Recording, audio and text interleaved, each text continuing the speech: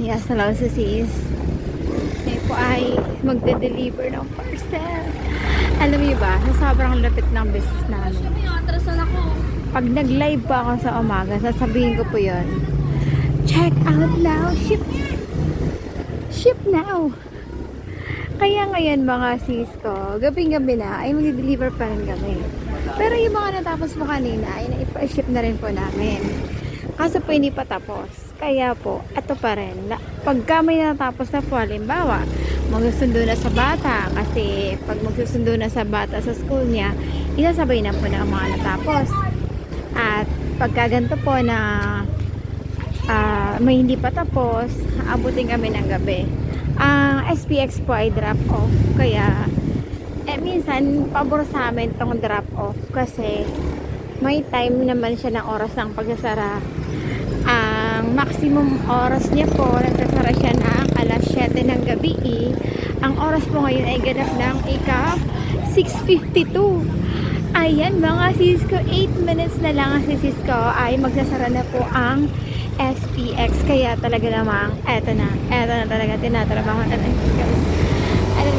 Ay ano na tayo, etong trabaho malapit na nagagawa. Kalain mo, check out now, ship now. Pero gagawin pa lang po namin yun, mga sis ko.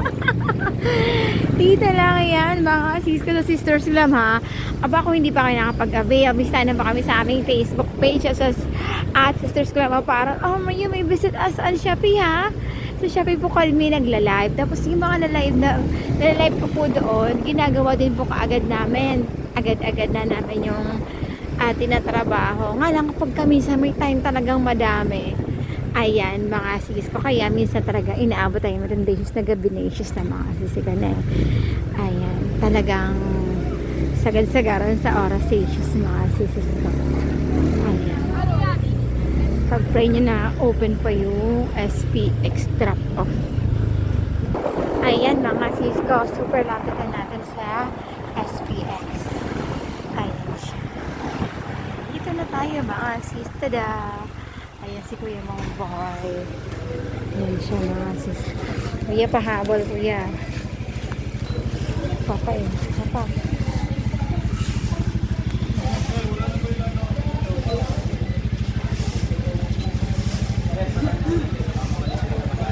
Ayan po guys, ihabol natin yung ating last parcel.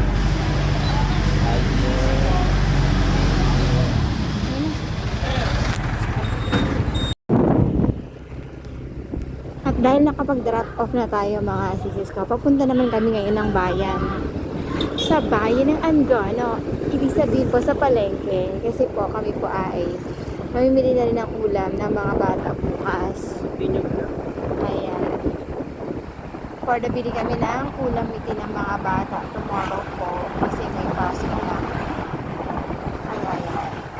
Ngayon po ay Lunes. Tomorrow, Martes. May pasok pa rin naman sila. At ang saya ko lang din today kasi alam mo, mga sis ko, pagka may mga na-achieve yung mga bata natin, sobrang proud tayo.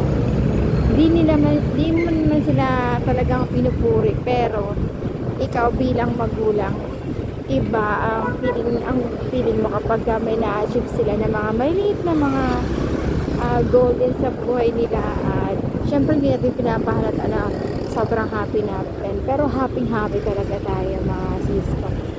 Ayan po, ito kami sa bayan Angono. Nakita niyo mga higantes. Nandyan po sa likod na yan ang aming pamahalaang bayan.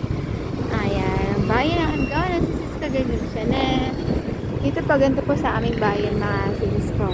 Ayan, super happy yan sis ko. Kahit sobrang pagod namin ngayon kasi talagang hinabol namin yung to ship today.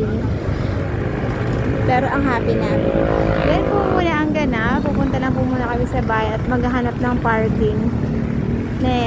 Thank you for always pag-stay mga sis ko na. I gotta go and say bye-bye for now sa sis ko. Mula po rin sa bayan na Angono, ang tahanan ng Higantes Festival. Ako po si Joey Lee. Malit man saya ang paningin sa produkto ko. Ikaw ay napakapabili. Bye for now!